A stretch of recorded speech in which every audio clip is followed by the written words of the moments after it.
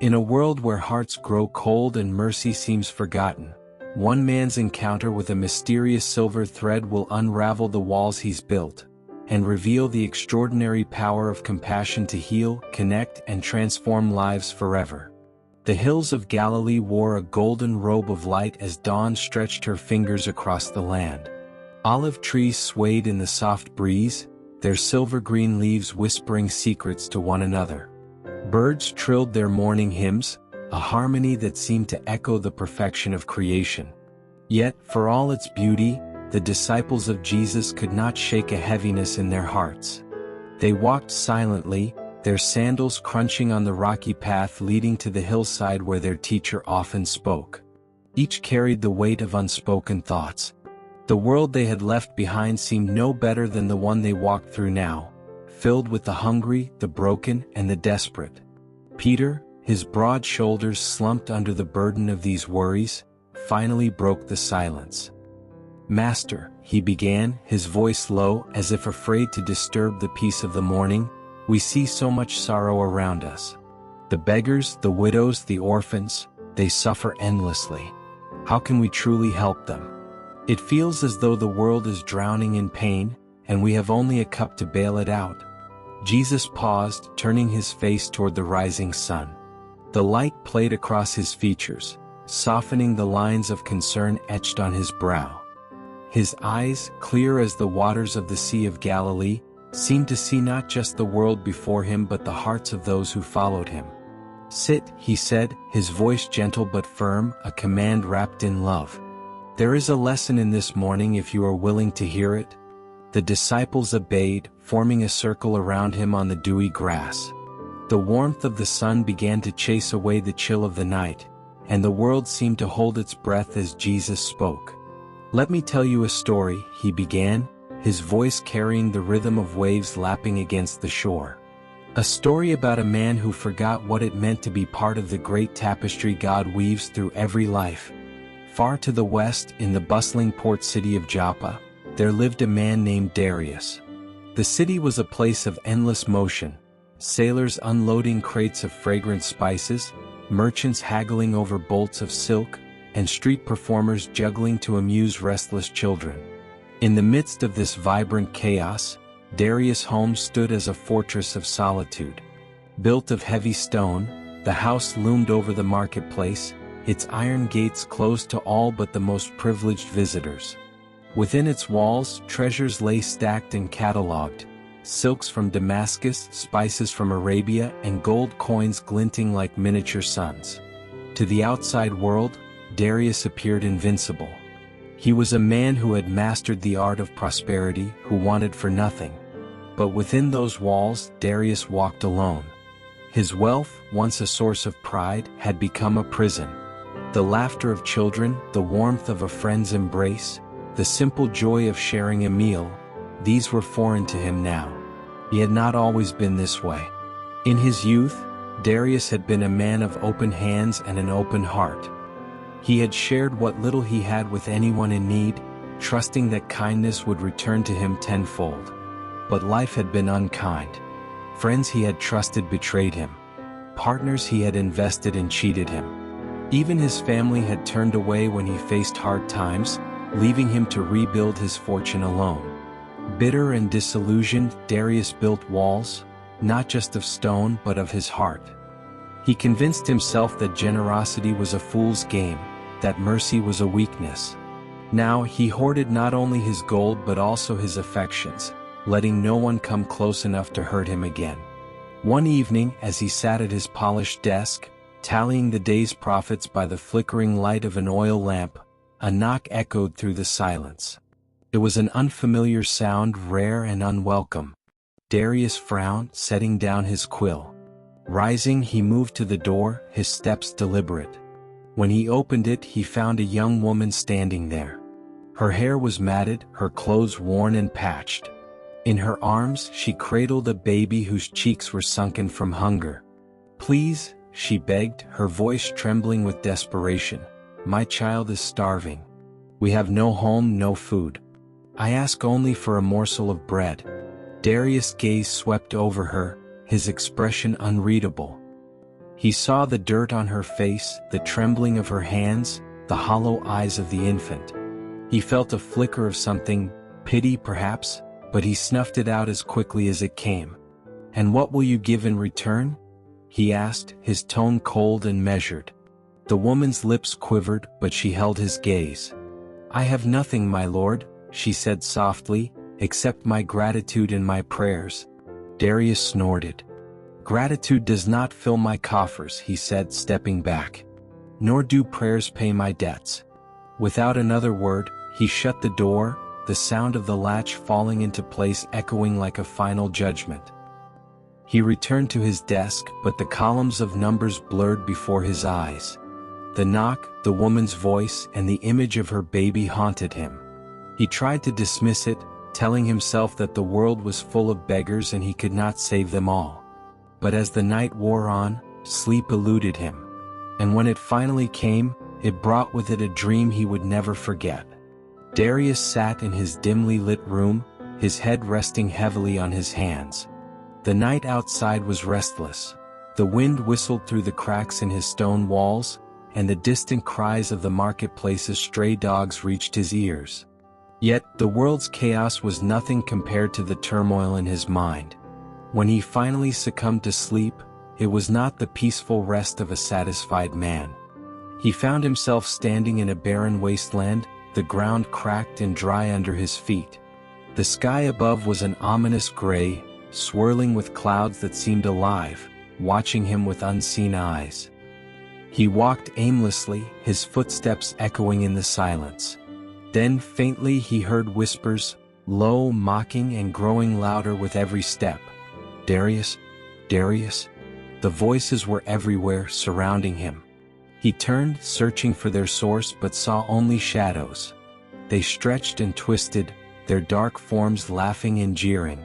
"You shut the door. You turned away." Their words cut deep, though he could not see the mouths that spoke them. He clutched his chest, gasping as the air grew heavy. Then in the distance, a soft light pierced the gloom. He stumbled toward it, his legs weak but his heart desperate for relief. As he approached, he saw the light was not a lantern or a flame, but a thread, thin and shimmering, floating midair. It was silver, radiant yet fragile, and it seemed to hum with life. He reached out to touch it, but the moment his fingers brushed the thread, it burned like fire. "Ow!"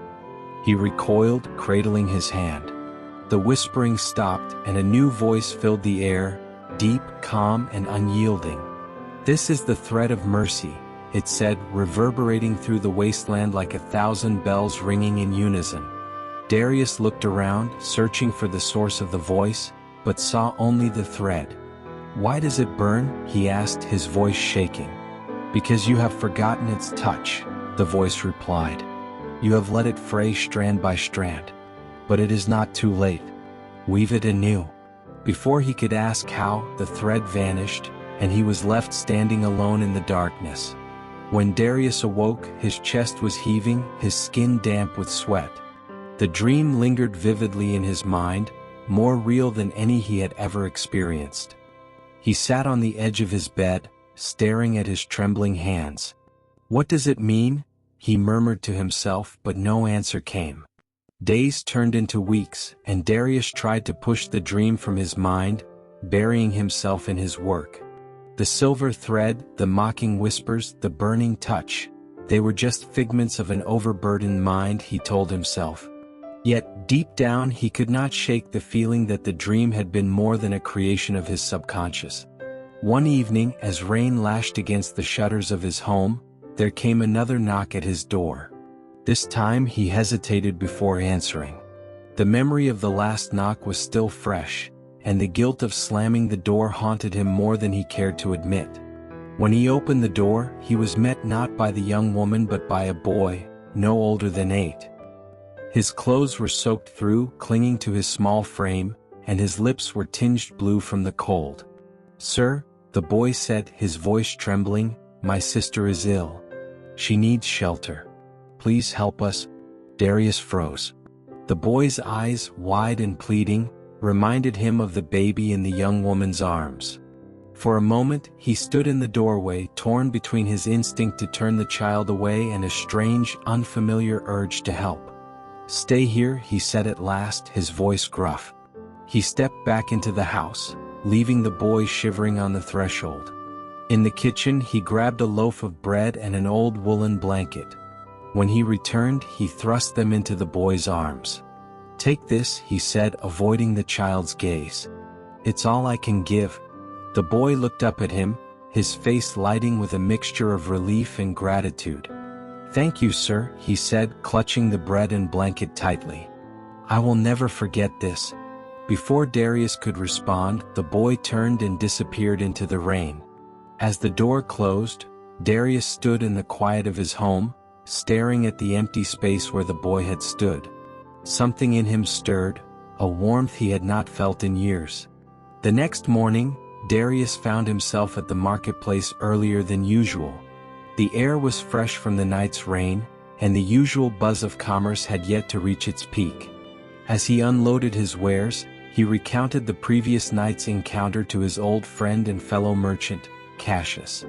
"It was just a loaf of bread and a blanket," Darius said, trying to sound indifferent. "A small act of charity?" Cassius raised an eyebrow, his sharp eyes narrowing. "Charity, you say? Be careful, Darius. Mercy is a slippery slope.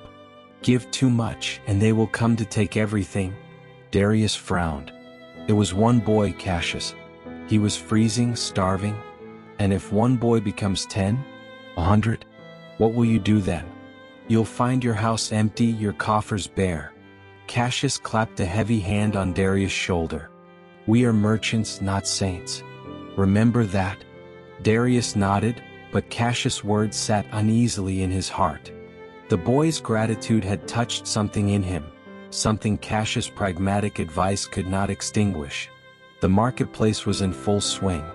Merchants shouted over one another, their voices competing to draw customers to their stalls. The scent of freshly baked bread mingled with the sharp tang of spices, while the hum of haggling created a rhythm that matched the heartbeat of the bustling city.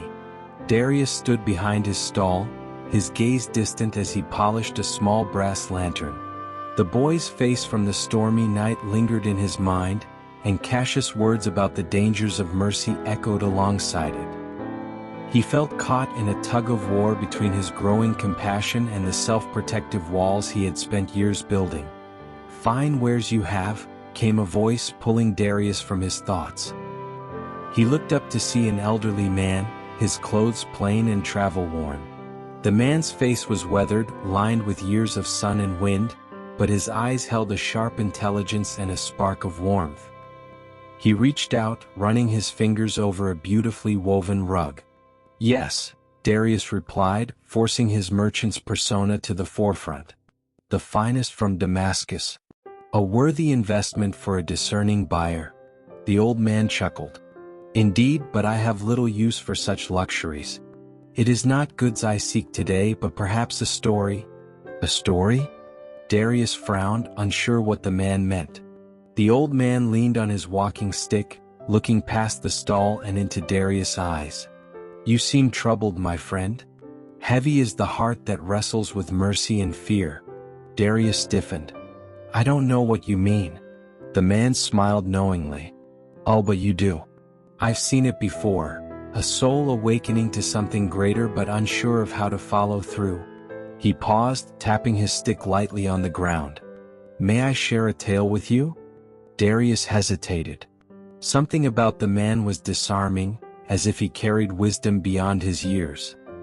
He gestured for the man to sit on a low stool by the stall.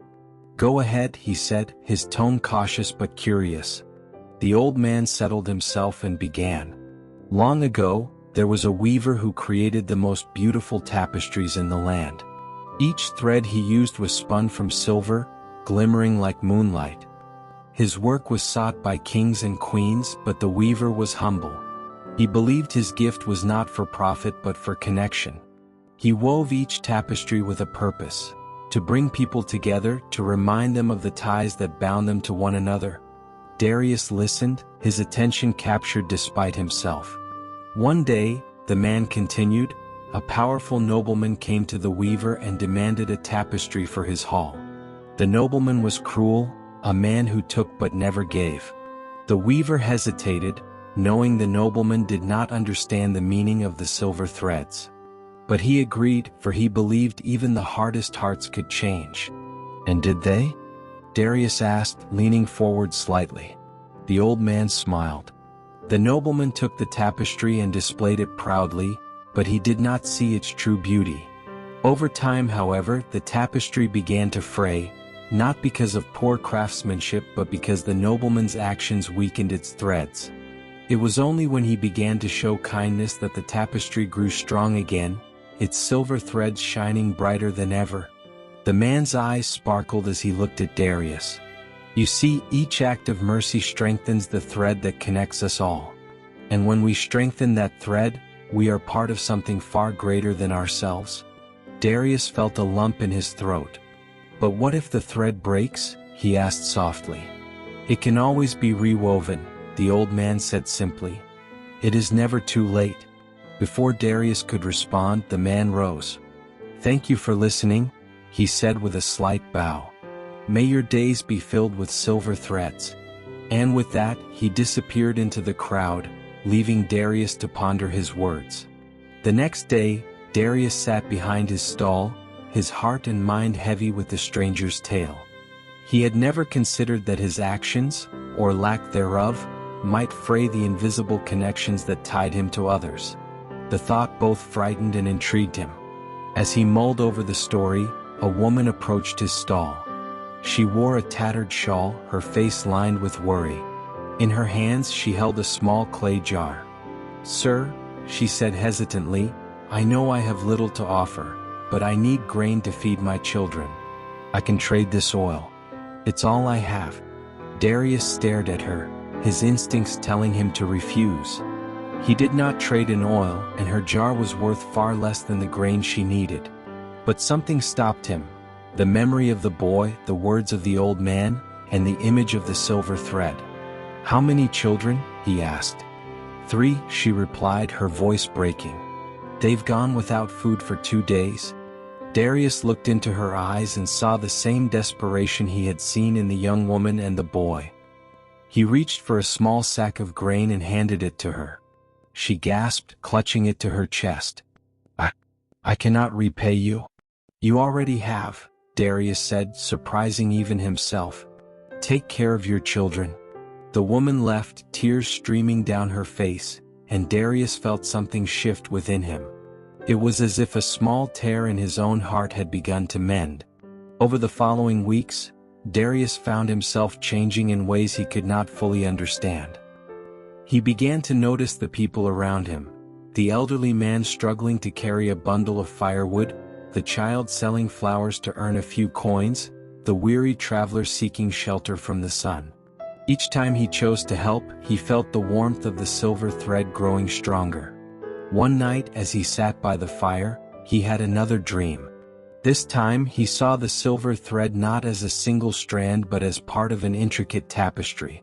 It wove through the lives of countless people, connecting them in ways he had never imagined. And in the center of the tapestry was a radiant light, pulsing with love and mercy. He awoke with tears in his eyes, finally understanding what the dream, and the old man, had been trying to tell him. Years later, Darius stood in the marketplace, his stall now filled not just with goods but with a quiet joy. One afternoon, a young man approached him, his face familiar yet grown. "Do you remember me?" the young man asked. Darius looked at him closely and gasped. "You're the boy from the stormy night?" The young man nodded. "You gave me bread and a blanket when no one else would. Because of you, my sister and I survived. Now, I dedicate my life to helping others just as you helped me." Darius felt a lump in his throat. "It was a small thing," he said. "No," the young man replied. "It was everything." Back on the hillside in Galilee, Jesus concluded the story, his voice filled with quiet power. "The thread of mercy binds us all," he said, looking at his disciples. "With every act of kindness you strengthen it. Never underestimate the power of compassion, for it is the thread that weaves God's kingdom." The disciples sat in silence, their hearts full. They knew now that their mission was not just to preach but to live the mercy they had learned. As they rose to leave, the sun dipped low on the horizon, casting a golden light over the hills. They walked down the path, their hearts lighter, their spirits resolved to carry the silver thread of mercy into the world. This is end of the story. Comment amen if you believe in Jesus' blessings. Please like this video and subscribe this channel for more Jesus story like this. May the God watch over you.